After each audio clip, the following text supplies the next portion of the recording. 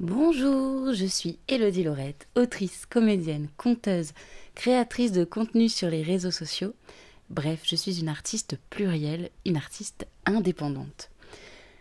Je te fais cet épisode de podcast pour marquer la fin d'une époque et le début d'une nouvelle ère, on va dire comme c'est à la mode en ce moment, New Era. La fin d'une époque parce que, à l'heure où je te parle, j'ai terminé mon dernier spectacle avec la petite scène qui bouge hier. Voilà. Et je me sens un peu en gueule de bois. Je me sens épuisée, pleine d'émotions mélangées. Ça faisait bientôt 4 ans que j'étais avec eux. Donc la petite scène qui bouge, c'est une compagnie de théâtre à La Réunion. Et qui fait des spectacles pour les enfants et tout public. Et on est itinérant. Enfin, la petite scène est itinérante. Ça y est, je me compte encore dedans. En fait, on a fait un espèce de trio pendant 4 ans. On était tous ensemble, la directrice artistique, mon collègue, comédien, musicien, et moi-même. Et du coup, c'est hyper bizarre de se dire que cette aventure-là est terminée. Et je voulais marquer ça, je voulais parler de ça, de cette époque-là, parce que je t'en ai parlé quelque peu de temps en temps quand je reprenais le micro ou sur les réseaux sociaux, mais pas tant que ça finalement, parce que j'étais tellement prise dans la vie que je t'en ai pas... J'ai vécu quoi. j'ai pas trop réfléchi, intellectualisé, fait de retour là-dessus. Et je voulais quand même garder une trace quelque part de cette aventure-là. Tout a commencé, je pense que tu te souviens peut-être, il y a 3 ans, bientôt 4 ans, j'ai perdu ma mamie en juillet 2020 exactement. Et du coup, j'étais vraiment pas bien. J'étais en plein deuil, très déprimée. Je pense que je suis restée au moins un mois au fond de mon lit. Ça m'a vraiment beaucoup affectée. Et j'avais du mal à rebondir. En fait, je venais d'avoir un nouvel appartement. Il y avait plein de choses dans ma vie qui allaient pas forcément. Et je venais de sortir le chronophage. Mais du coup, j'ai... Comment dire, mon élan a été tout de suite coupé. J'ai eu l'impression d'avoir les jambes coupées. J'ai pas réussi à rebondir tout de suite. Et je venais de passer une année très compliquée sur plein de points différents que je vais pas forcément aborder là, mais dans ma vie privée. Et, et en fait, ce que tu voyais pas forcément dans le podcast ou dans mon contenu, c'est que j'étais pas bien en fait. Vraiment, j'étais pas bien. J'étais dans une situation assez précaire, on va dire, et je travaillais non-stop pour pas penser à cette précarité-là. Et je commençais à peine à sortir la tête de l'eau, et du coup, ça m'a un peu replongée dans le mal, on va dire, le décès de ma mamie. Et ce qui s'est passé, c'est que j'ai vu une annonce passer sur Facebook d'une compagnie de théâtre à La Réunion, que je connaissais pas d'ailleurs, qui cherchait une comédienne conteuse sans expérience comment souhaiter. Enfin, si j'avais pas d'expérience, c'était pas grave. Il y avait une des conditions, c'était de parler créole, donc français et créole, et avoir un goût pour les livres.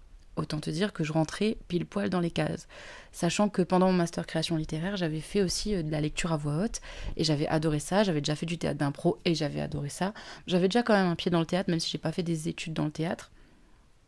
Donc, sur un coup de tête, je me suis dit, go, vas-y, envoie une lettre de motivation, un CV, et passe l'audition, quoi. C'est ce que j'ai fait. À l'époque, j'avais pas de voiture. Je venais d'avoir mon permis, mais j'avais pas de voiture. Et du coup, l'audition était dans une salle de théâtre assez loin de chez moi quand même. Et du coup, quand j'envoie mon CV, ma lettre de motivation, j'ai pas de réponse tout de suite pour savoir si je suis prise aux auditions, parce que les auditions, c'était le lendemain, je crois. Et donc, je me dis, bon, bah là, il faut que je vérifie si j'ai été prise quand même. Donc, il y avait un numéro, j'appelle le numéro pour dire, bonjour, j'ai envoyé mon CV, ma lettre de motivation. Est-ce que vous les avez reçus Oui, oui, on a reçu, oui, oui, j'allais vous envoyer un message et tout.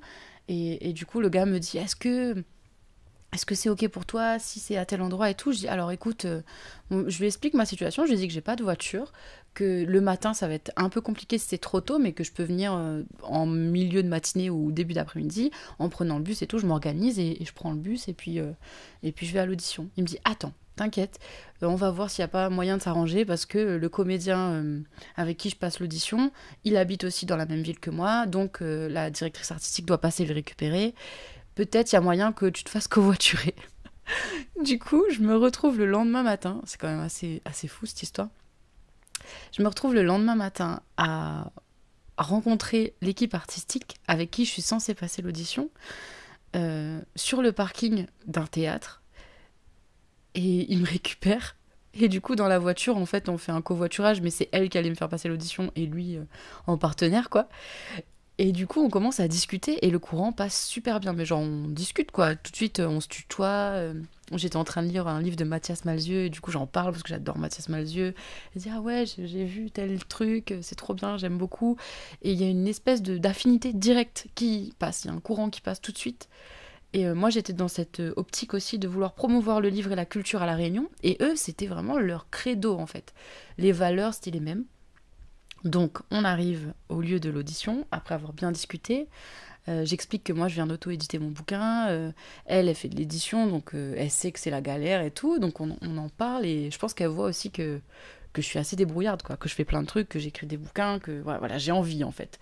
Je suis pleine de vie et d'envie, on va dire. On arrive dans le théâtre. On m'avait dit, bon, écoute, si t'as un texte, tu peux le ramener, mais sinon, t'inquiète, vous allez faire ça tranquille, tranquille, quoi. Donc j'avais quand même ramené un texte, je pense que je t'en avais parlé quand même dans un épisode de podcast, mais bon, pour les nouveaux, ça peut toujours être sympa. J'avais ramené un texte qui s'appelle J'aurais voulu être noire, que j'ai écrite pendant le master parce que je suis blanche, et que souvent à La Réunion, on me prend pour une oreille, donc une métropolitaine, et en métropole, on croit pas que je viens de La Réunion. Enfin bref, il y a une espèce de truc comme ça lié à mes origines qui est souvent contesté parce que je suis blanche. Et donc, j'avais ramené ce texte-là, mais je le laisse pour l'instant dans mon sac, je le présente pas tout de suite. Donc, on me met sur scène avec le comédien. Du coup, en fait, c'était pour une. Les deux, ils jouaient ensemble avant, et donc, elle cherchait une remplaçante pour elle, et pour quelqu'un pour jouer avec lui, parce que c'est une mère et son fils, et donc, c'était le moment de casser un peu ce duo mère-fils sur scène, en tout cas. Donc, je me retrouve sur scène avec un livre qui s'appelle Zolo Mlamo, donc un petit garçon maoré, très gourmand, et il y a plusieurs histoires dans le bouquin. Sauf que le comédien avec qui je joue, il a l'habitude de jouer cette histoire avec son ancienne comparse, donc sa maman, il connaît le truc par cœur. Moi, je devais faire la narratrice, la conteuse, et lui, il faisait les actions, en fait. Donc elle me dit, tu veux une petite minute pour lire le texte? Donc je lis vite fait le texte. Le texte s'appelle L'Euro. C'est quand même assez drôle. Sachant que je ne sais pas roter. Voilà, bon bref. Et donc je lis vite fait le texte. Je me dis, bon allez, on se concentre. J'essaie de lire comme on m'a appris. Et je vois tout de suite où il fait les interactions en fait. Donc je m'arrête et je lui laisse le lead. Donc on fait comme ça une espèce de dialogue improvisé tous les deux. Et ça se passe plutôt bien. Et puis après, elle me dit, mais du coup, est-ce que tu chantes? Est-ce que tu fais de la musique et tout? Je fais, ouais, je chante. Je chante, je fais pas d'instrument, mais je chante, j'ai fait de la chorale, j'adore ça. Enfin bref. Elle me dit, bah ok, est-ce que tu peux nous chanter un truc là? Je fais, ah oui, d'accord, ok, je savais pas trop quoi chanter. Et puis finalement, je dis, bah j'aime bien faire de l'impro quand même, vocale aussi, c'est chouette. Et il se trouve qu'en fait, le comédien, donc Zao, mon collègue, celui qui est devenu mon collègue, il a une guitare, il joue et il fait énormément d'impro. Alors moi, quand je disais impro, c'était plutôt des impros vocales, mais lui, il improvise des paroles. Donc elle dit, allez go, vous faites une impro musicale, tous les deux, sur ce que vous venez de lire. Donc on se retrouve à faire une impro musicale sur l'euro. Et ça match en fait. Et il y a une espèce de ping-pong entre nous deux où on se répond et puis où je balance des paroles, où je dis que je sais pas roter, ouais, mais l'euro, machin. Enfin, ça, c'était complètement lunaire. Et en même temps, on se marre, mais vraiment, on se marre énormément. Et, euh, et voilà, donc on termine l'impro. Et puis après, tout le long, en fait, j'ai parlé en français parce que c'est vrai qu'à La Réunion, il y a un espèce de truc dans le milieu professionnel, à part dans certains milieux, c'est quand même beaucoup en français. En fait, il y a une distinction très nette entre le créole à la maison et le français à l'école et dans le milieu professionnel. Donc, je parle en français. Et puis, la nana me dit, mais est-ce que tu parles créole? Parce que je t'entends que parler français. Je dis, oui, oui, je suis réunionnaise. Donc, oui, oui, je parle créole. Et je saisis l'occasion pour lui dire, si tu veux, je peux lire un texte que j'ai ramené. Et donc, je monte sur scène avec mon texte, donc j'aurais voulu être noire. je le lis, en chantant un bout de chanson aussi d'ailleurs, de Daniel Waro. Et, et là, je sais qu'ils se prennent une claque en fait. Je les ai vus, ils avaient les larmes aux yeux, ça les a touchés en plein cœur. Lui, il est métis, sa maman est métropolitaine et son papa est mahorais, et donc c'est un métis aussi. Et Isabelle, elle est métropolitaine, mais enfin voilà, elle a vécu très longtemps dans les îles, elles sont plus proches des îles que de la métropole. Donc ça leur fait un peu une espèce de claque. Et je me dis, ça, c'est cool. Enfin, j'étais hyper contente de ça. Et ça a ouvert une discussion où Zao, il m'a dit, ouais, mais moi, je comprends. Quand j'étais à Mayotte, on me disait que j'étais trop blanc. Quand j'étais en métropole, on me disait que j'étais trop noir. Quand je suis à La Réunion, enfin, ça commence à aller mieux parce que je suis métisse, mais je parle pas créole. Donc tout de suite, quand les gens se rendent compte que je parle pas créole, c'est bizarre. Bref. Ça ouvre une discussion hyper intéressante sur la question de l'identité, en fait. Et voilà. Et du coup, il devait avoir des auditions après d'autres personnes toute la journée. Et moi, je devais reprendre le bus. Donc, Zao propose de me ramener à un arrêt de bus pour que je puisse prendre le bus. Et finalement, je pense qu'il a un peu pitié de moi parce qu'il n'y a pas beaucoup de bus qui passent à ce moment-là. Il me dit, écoute, je te ramène. Et donc, on remonte ensemble et on discute tout le long dans la voiture, en fait. Et, et à l'aller, j'avais eu le temps de discuter avec Isabelle, donc la directrice artistique, et il y avait eu un lien tout de suite qui s'était créé. Et au retour, et du coup, bah, je discute beaucoup avec Zao et ça se passe super bien en fait. Donc il y a vraiment un feeling fort avec les deux. Et je sais plus ce que j'allais dire.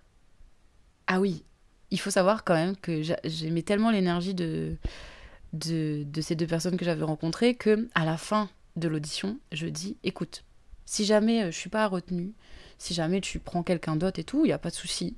Mais en tout cas, moi, ça m'intéresse vachement de bosser avec vous. Donc, s'il y a des ateliers d'écriture, etc., moi, je fais des ateliers, ben, on peut rester en contact, quoi. Donc, voilà, je voulais quand même avoir un pied dedans, même si c'était pas en tant que comédienne. Donc, il me redépose chez moi, je suis un peu en stress. Elle me dit, bon, t'auras la réponse. C'était mardi. Elle me dit, t'auras la réponse à la fin de la semaine, on doit encore voir des gens. Et je me dis, bon, ben, bon, on verra, mais bon, on verra, quoi. Tu sais, quand c'est comme ça, en plus, t'as pas trop confiance en toi. Tu te dis, ah là là, je suis sûre qu'il y a mieux. Bon, après, il y a toujours mieux, mais il y a toujours pire aussi. Et puis, c'est pas la question, il faut trouver quelqu'un qui match, quoi. Le mercredi matin, j'ai un appel d'Isabelle qui me dit, écoute, nous, on a vraiment flashé sur toi. Et si t'as pas d'autres trucs, bah, on te veut, en fait. On te veut dans notre équipe. Donc j'ai senti que t'étais hyper motivé, que t'étais à fond et que t'allais lancer plein de trucs. Et je sens que si on te capte pas maintenant, tu vas partir. Enfin, que j'allais me lancer dans plein de trucs. Et ce qui était vrai, d'ailleurs, j'étais déjà allée voir un théâtre pour faire des ateliers d'écriture, de théâtre, tout ça. Donc elle me dit, bah go. Alors du coup, je mets le pied dans un truc, dans un monde que je connais pas tant que ça finalement. Enfin, un peu, mais pas tant que ça, dans le sens où on me parle d'intermittence du spectacle. Je sais pas ce que c'est. Je sais pas comment je vais être payée. Enfin, c'est tout nouveau pour moi tout ça en fait. C'est vraiment un nouveau monde quoi. Et donc j'arrive là-bas. On devait créer un nouveau spectacle qui s'appelle donc La Boîte à rêves. Et avec deux livres géants qui s'emboîtent pour former une boîte. Donc vraiment pour vous dire que c'était dans le monde du livre en fait. Je suis rentrée dans le théâtre par le monde du livre. Et c'est ça qui me plaît beaucoup aussi, c'est de me dire que bah en fait c'est via le livre quoi. Donc on mettait en scène les livres. Et voilà. Et j'ai fait le premier spectacle qui durait quasiment 1 heure. Avec de la musique, des chansons. J'étais la conteuse, des cascades, pirates, grand-mère Cal. Et donc voilà, on fait cette première représentation. On va dans les quartiers. Donc la petite scène qui bouge, c'est un camion avec une tente. Donc on va dans les quartiers prioritaires avec la SHLMR, etc. Donc c'est les bailleurs sociaux en fait. On se retrouve au milieu des cités à faire des spectacles, à lire des livres toute la journée. C'est trop bien. Enfin, c'est trop bien, quoi. Mais c'est énormément de travail et d'énergie parce qu'on se lève hyper tôt, on finit super tard. C'est un peu comme un cirque, quoi. On y va le matin à 6 h du matin, on monte la tente, on installe le décor, on lit des livres toute la journée, on fait le spectacle à la fin de la journée, on démonte tout le soir, on rentre, on nettoie les machins. Bref, je te laisse imaginer le travail que c'est. Donc on se retrouve à faire des tournées des fois de une semaine non-stop. S'ajoute à ça le fait que comme j'écrivais du coup et que ils étaient en lien avec les écoles, etc. Enfin, les écoles nous voyaient, nous, on est quand même beaucoup avec les enfants, donc bref, il y a des projets qui se montent, et comme ils voient que je suis à fond, bah du coup, il y a des projets qui se montent aussi avec moi, dans la boucle. Donc je me retrouve à faire des résidences d'artistes en territoire scolaire d'écriture. Du coup, je me suis retrouvée avec 2 classes de CM1 à faire des ateliers sur les quarts courants d'air. Encore une fois, hein, c'est un travail d'équipe. Donc moi, je faisais les ateliers d'écriture. On arrivait costumé en chauffeur car courant d'air. On faisait de la musique avant l'atelier. Ensuite, moi, je faisais l'atelier. Après, avec Isabelle, on a réécrit les textes. Il y a eu un travail d'édition. Il y a eu un travail de photos d'époque dans le car. Ensuite, c'est un livre qu'on a mis en scène aussi, du coup. On a lu des histoires, on les a mis en scène et en musique. Donc c'est une espèce de continuité entre le livre, le spectacle, le chant, enfin tout ça, tout mélangé, les ateliers d'écriture. Donc vraiment, je vis ma best life en tant qu'artiste pluriel, quoi. Je fais tout, en fait. Je fais de l'écriture, du théâtre, de la musique, enfin bref, c'est le kiff. On monte à Sillaos aussi, donc un petit quartier, une petite ville à La Réunion, entourée de montagnes, pendant 2 semaines, où on fait 3 semaines d'ailleurs, une résidence dans une école maternelle, on lit des livres, on fait des spectacles. Il y a un cyclone au milieu du truc, on se retrouve coincés tous les trois, bref. Et ça, non-stop pendant 4 ans.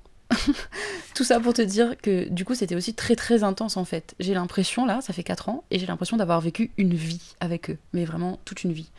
On a fait des pyjamas lecture, on allait à la sortie des écoles en pyjama. J'ai croisé certaines d'entre vous qui m'ont reconnue. Je dis, ah, mais il y a une maman qui est venue vers moi qui m'a dit, mais tu serais pas Elodie Lourette, je te connais, je te suis sur YouTube.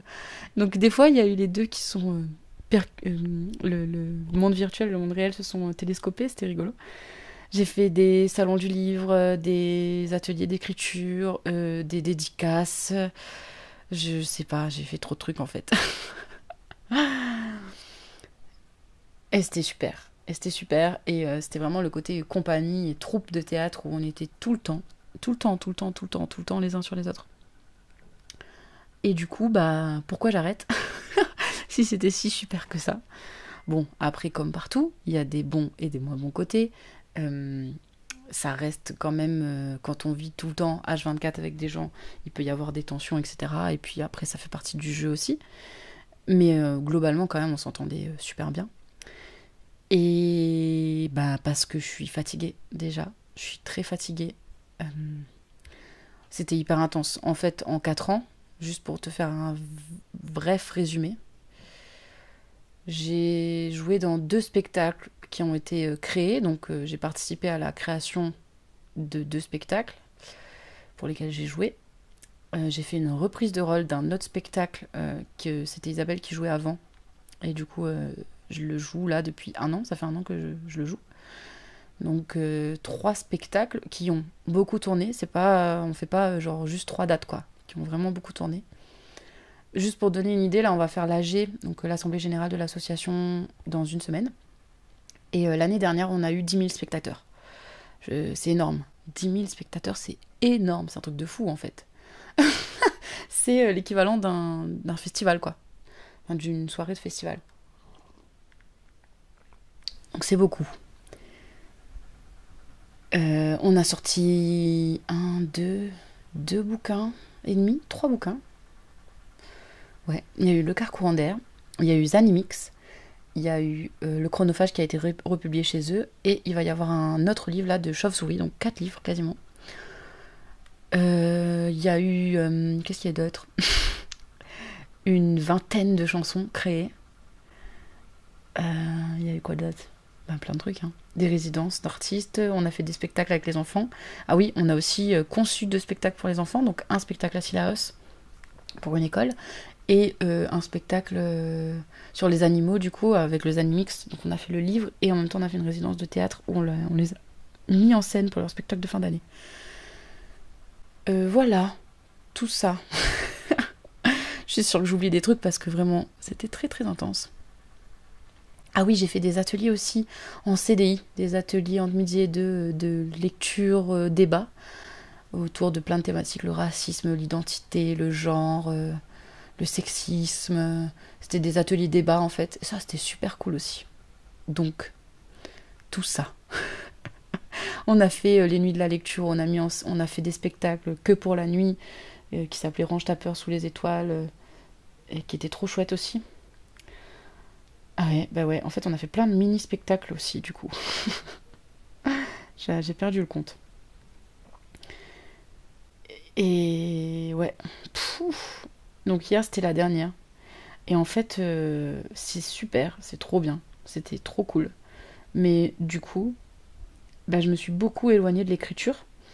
Certes, j'ai fait des résidences d'artistes en territoire scolaire, mais c'est quand même une autre manière de créer, tu vois. C'est une autre manière d'écrire. Parce que bah, du coup, j'accompagne les enfants qui écrivent. Après, on réécrit. Mais il y a quand même toute une phase d'accompagnement. C'est plus de l'accompagnement à l'écriture que de l'écriture pure et dure, on va dire. Il y a les deux en vrai, mais quand même. Et c'était pour les enfants. Et j'adore écrire pour les enfants, j'adore ce processus-là, mais tu vois, j'avais quand même envie de revenir à des trucs un peu plus adultes, ados, adultes. Et, et voilà. Ce qui est quand même assez fou. Et oui, j'avais pas le temps, ni l'énergie. J'ai voulu au début continuer les réseaux sociaux, etc. Mais en fait, mais je me dis, mais je suis une folle en fait, parce que c'était impossible. Avec le recul, je me rends compte que c'était impossible. Sur le coup, je voulais vraiment y croire et je voulais tout faire, tout mener de front. En fait, c'est pas possible de tout mener de front, surtout quand c'est aussi intense. Et j'étais hyper dure avec moi-même de me dire, mais pourquoi j'y arrive pas, je suis pas régulière, nanana, nanana.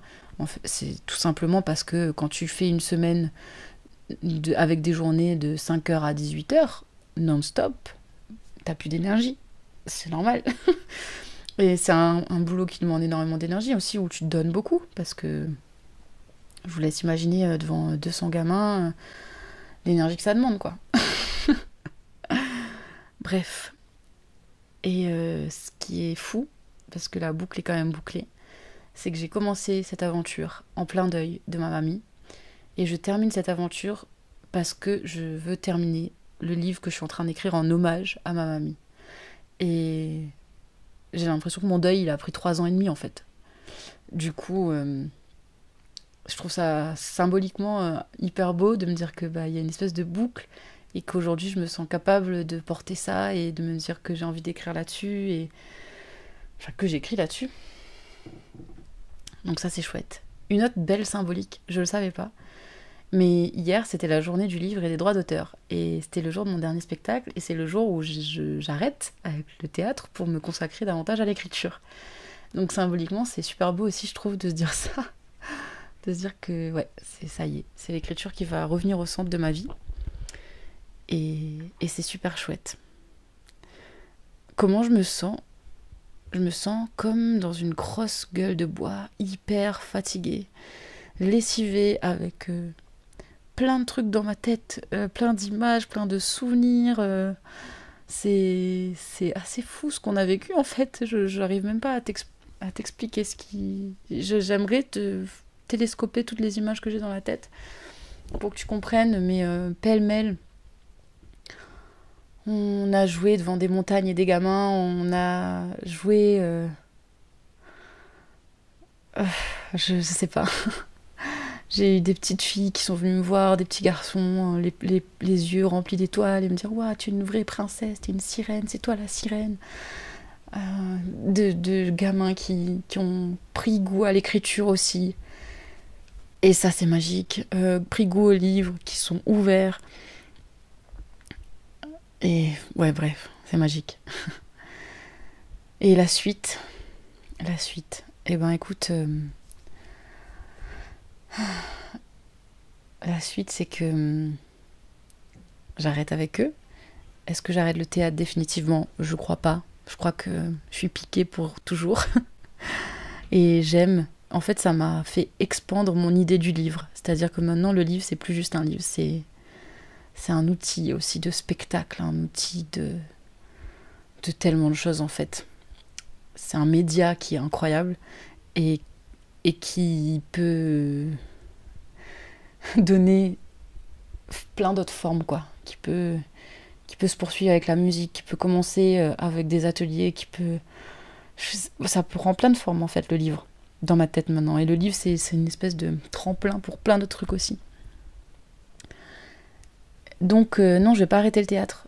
D'ailleurs, aujourd'hui, j'ai un appel parce que je vais bosser avec un musicien pour des lectures avec Cagnard, du coup, qui est la revue dans laquelle j'ai été publiée aussi pendant ces 4 ans, qui n'a rien à voir avec La Petite Scène pour le coup. Et on fait des lectures vendredi soir, des lectures musicales, et ça va être trop bien. Donc non, j'arrête pas le théâtre, loin de là. Par contre, je pense qu'en ce moment, je suis en train de me diriger plus vers du théâtre pour les adultes. Bon, je dis pas que je vais pas revenir du tout vers les enfants, parce que le mois prochain, normalement, je vais faire des lectures pour les enfants perchés à je sais pas combien de mètres au-dessus du sol, mais je te re-raconterai ça parce que ça va être une expérience de fou. C'est des lectures dans les arbres. Mais je t'en reparlerai. Et voilà, l'écriture du coup. Quels sont les projets? Il faut que j'ai eu une bourse d'écriture pour Alerte Rouge, renommée Nos Cœurs Cycloniques. J'ai terminé le premier jet et là j'en suis à la réécriture et je m'arrache les cheveux sur la réécriture. Donc, dans ce podcast, je vais t'emmener bientôt dans cette phase de réécriture de ce bouquin. Ça va me motiver aussi à réécrire et ça va me permettre de te montrer les bonnes galères dans lesquelles je suis.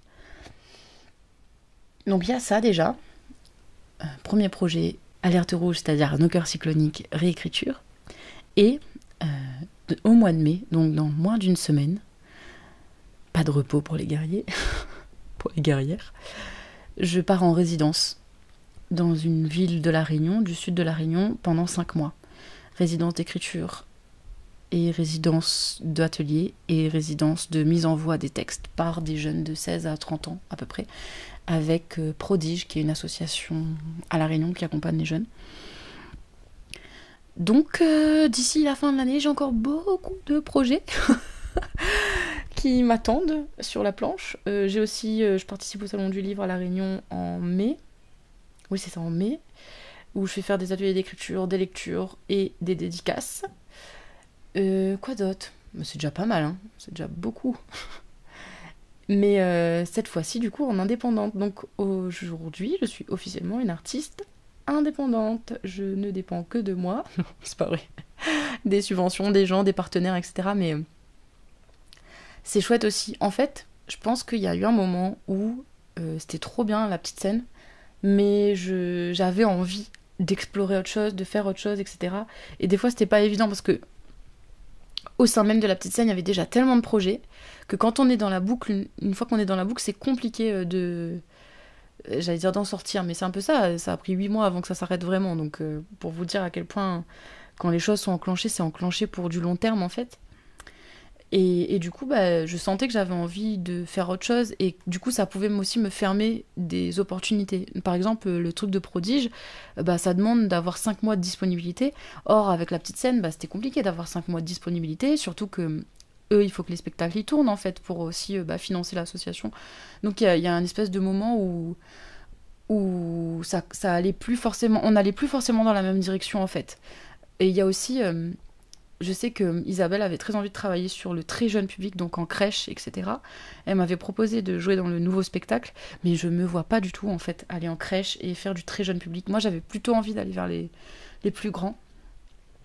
Et du coup, il y avait un espèce de... Voilà, il y a un moment où ça coinçait, quoi. Et c'est juste... après, c'est comme dans les relations amoureuses, hein, des fois, on est sur la même longueur d'onde pendant des années, et puis il y a un moment où les chemins, ils prennent 2 directions différentes. C'est plus 2 lignes parallèles, c'est 2 lignes qui s'éloignent un peu, on va dire.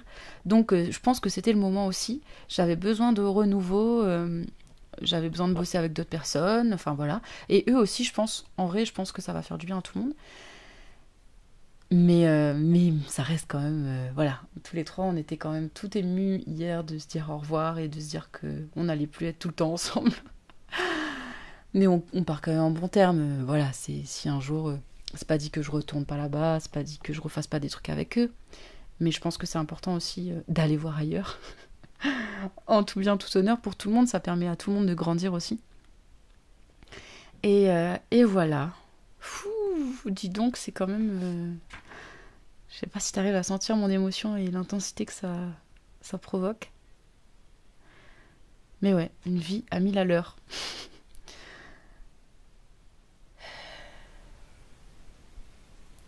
Je crois que j'avais vraiment besoin de faire cet épisode aussi pour clôturer tout ça. Et c'est difficile de réaliser quand c'est terminé aussi. Et il y a aussi quelque chose, c'est que, en fait, j'avais très très peur de l'après. Du coup, quand j'ai peur d'un truc, je surcompense en intellectualisant, en rationalisant beaucoup, en blindant mon emploi du temps. Et ce qui fait que j'ai pas tant de temps de latence que ça entre les deux, alors que, tu vois, là, je pense que je suis épuisée et que j'aurais besoin d'une, 2 semaines de vacances, même un mois, je pense que ça serait pas de trop. Pour, juste pour moi, pour digérer, faire des trucs juste pour moi, aller à la plage, lire, marcher, tu vois, ce genre de trucs, quoi. Sauf que là, ça enchaîne direct. J'ai quasiment qu'une semaine de battement, mais une semaine où il faut quand même gérer des trucs, quoi. Tu vois, hier, par exemple, on finissait le spectacle et j'avais déjà deux coups de fil à prendre parce que il faut continuer, en fait, et il faut préparer la suite. Donc l'enchaînement des deux, d'un côté, c'est bien parce que ça me laisse pas trop de temps de réfléchir, mais de l'autre, ça aurait été bien que je puisse avoir ce petit temps de répit et de repos, on va dire.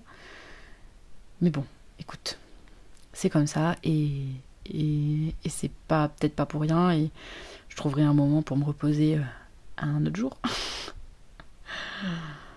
Et je vais t'emmener avec moi dans tout ça maintenant que je suis plus maîtresse aussi, c'est ça, c'est que je suis maîtresse de mon emploi du temps, c'est moi qui gère les projets aussi, donc ça demande, c'est plus de pression parce que c'est chouette aussi quand il y a quelqu'un d'autre qui gère les projets pour toi.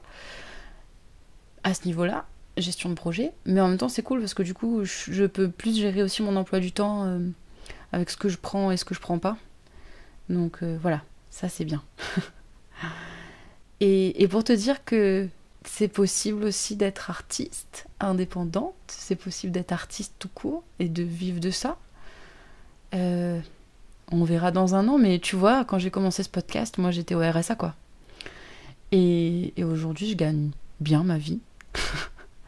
Et c'est trop bien. Enfin, juste, c'est trop bien. Je me rappelle que quand j'ai lancé ce podcast, je voulais aussi te montrer que c'était possible et que je voulais te montrer que tu pouvais partir de pas grand-chose et galérer un tas et quand même y arriver. Ça a mis du temps, hein. Ça fait 5 ans que j'ai sorti ce podcast, je pense, quelque chose comme ça. Non, 4 ans. 2020. Bah oui, j'ai commencé en 2020, donc 4 ans.